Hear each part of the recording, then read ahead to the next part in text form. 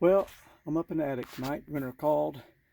Their air conditioner is not blowing any air. The outside unit's running, but there's no air moving inside. So I crawled up and looked inside the where the air filter return is. Looked at the evaporator, and there's a big block of ice. Of course, now I'm up in the attic. Also, big chunk of ice here. So our fan is not moving for some reason. So I'm gonna take a couple of screws out, get to the fan. Actually, this is a 30-year-old unit. Can't believe it's still going, but it is. Heck, can no one tell you a minute? Hey, no, it's closer to 40 years old. Yes, this has been around, an old Trane unit. So I'm gonna take this top off and see what I can see. It could hopefully be a loose wire, fan motor, capacitor, but we'll soon find out. Okay, so the cover's off, and I've looked in here. This motor is so hot you can't even touch it. So we've either got a burned up motor or a bad capacitor. So I'm going to test the capacitor real quick, and if it's bad I'll change it. If it tests good, then I'll be pulling this blower motor out and putting a new motor in. So let's get to that. Alright, try to get the light in the right spot. So my capacitor here is coming in at 9 microfarads. It's supposed to be 7.5, so it's out of spec. But also this fan motor is just so hot, so it could be in thermal overload too. So if I grab the capacitor, put on there, it still may not work. So it's only a couple of screws. I'm gonna go ahead and pull the fan motor out, take it to the garage and let it cool off, put a new capacitor on it, see if I can get it going. If not, I'll put a new motor in it, and we'll see if we can't get this 40-year-old air conditioner running once again. And just to give you an idea, there's just 3 screws that hold those in. Once you take those 3 screws out, it's just a little track. It just lifts straight up. So it's no problem to move these fan motors yourself.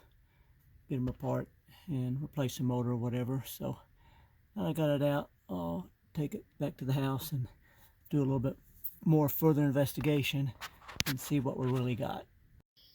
So you can see I got the blower motor out, and I believe its failure is a bad bearing. Don't know if you can tell or not. Just a little bit, you can see it there. A little bit of a click, side to side motion. It don't take but a little bit of bearing wear, and the armature will get sideways and it just won't get up to speed. It just kind of sits there and hums, sticks, even with a new capacitor in it. But so I'm going to pull the motor out of this and see what I can do with it. I'm going to see if I got a bearing for it. If not, if it's damaged the shaft, I'll put another motor in there. So let's start dissecting this and see what we can find out. Okay, step 1, get you some sandpaper. We got to get that rust off this shaft that's been exposed all these years. So get it good and shiny. Put some penetrating oil down there, let it soak a little bit. Then we'll take the motor loose on the other side, and with a little luck, we can get it to knock out. Well, I flipped this over and I got the screws out, and then I had a flashback. I remember this blower motor from 10-15 years ago. We've had this house probably 25 years, I think, because I see my mess of welding here. This is super thin sheet metal. So I welded this up many years ago. What had happened is the squirrel cage in here came apart. A couple of blades came loose, so it started vibrating really bad. And of course it's up in the attic. I guess the renters didn't hear it or pay no mind to it. So it just self-destructed. It vibrated so much, the metal fatigued, and it finally crapped out. So I remember at the time, I can't remember if I burnt the motor up or what, but I remember as I was able to get a new blade for it, the blower wheel, but I was not able to find a blower housing. So I had to patch it up best I could, but it's held all these years. It may not look pretty, but it's worked. So now we just got to see if we can't get this motor out and inspect it. I can't remember if that's a new motor, if I replaced it at the time. Maybe I can tell once I get it out. Alright, so here's my plan. I'm going to try to use a little bit of gravity assist. I got the motor hanging from underneath. Remember, I took the 3 screws out of it. So the fan itself is resting on the sheet metal of the housing. So if I'm lucky, I'm going to take me a punch and a hammer and knock on that shaft. With a little help of gravity, it might fall on through. If not, I may have to take a little heat to it. But I got my punch, I got my hammer, give it a few love taps. We'll see what happens. Woohoo! Looky there. Gravity is my friend. Give it a couple taps. The motor fell out. Right into the trash can with a nice soft landing.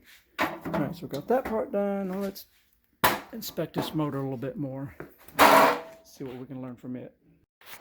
Well, something else I just discovered. This is actually the original motor from 40 years ago. Was still turning. So the reason I can tell that is because this is all the original harness. If this motor had ever been changed, we'd have some splicing here where the new motor had been spliced in. And so now I'm looking at my specs. We got 1,075 RPMs, 220 volts. I got my rotation. And I got another motor I think I might use, because this is one last year.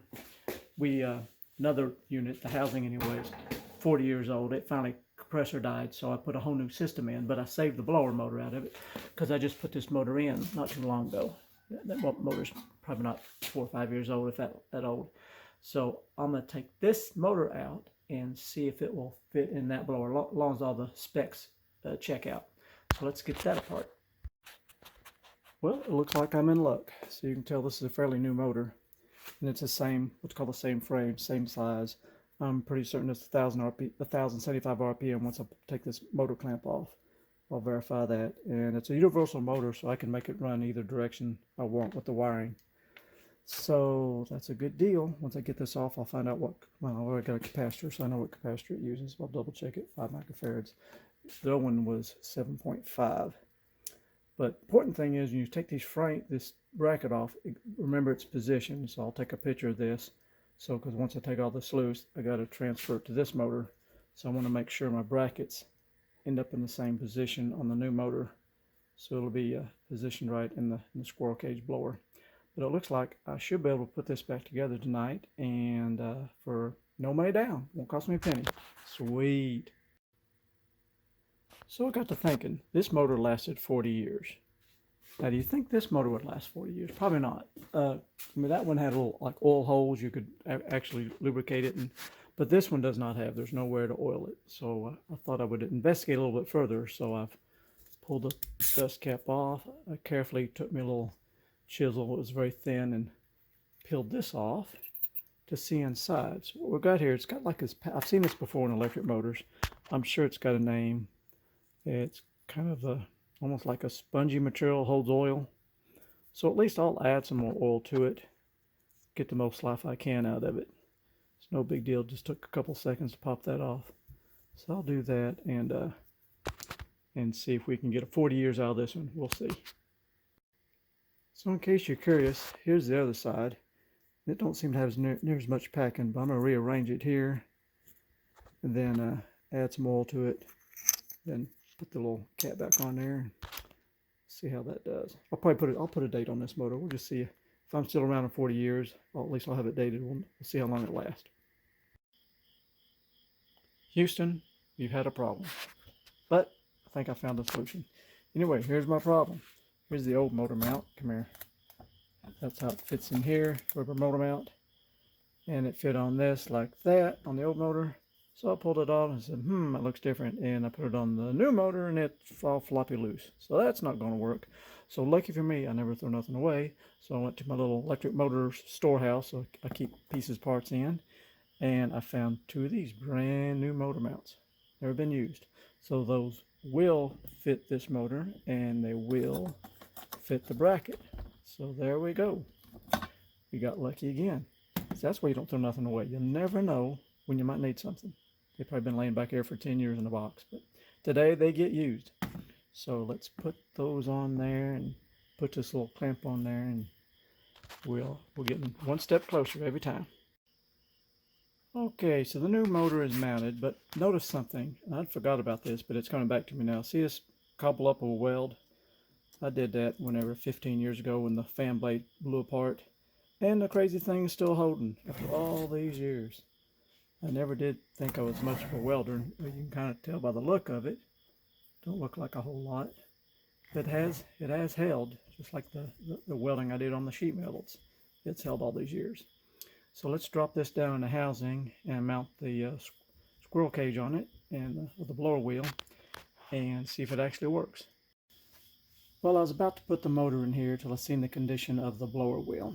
And as a routine maintenance item, every several years, you should take your own blower out of your central air system and give it a good cleaning. because it can really hinder airflow as they get crud built up on the fans. I'll show you.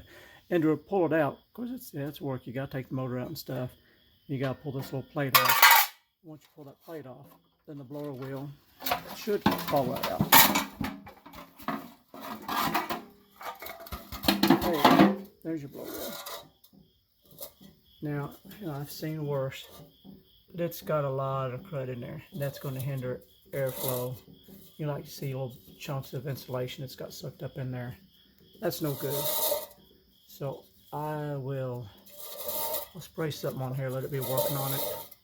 Maybe some carburetor cleaner, and then take it, probably run it over the car wash and give it a good blasting. And I'll finish this up tomorrow. Well, it's the next day. See, everything's nice and clean now. No more creeping crud. So that we'll be able to scoop the air and blow it, make it a lot more efficient. I'm gonna put this back together. I got the motor ready to go. We'll drop all that in there and I'll wire it up here at the house, make sure it works, and then we'll head off to the attic, put it together. Alright, I got it wired up.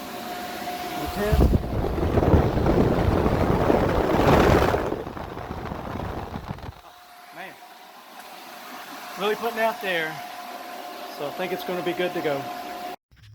Okay, quick tip. So if you happen to be a landlord like me and you got rental properties and you're trying to do this stuff yourself and save yourself some money, this is what I keep in stock. This D7909 Fasco motor.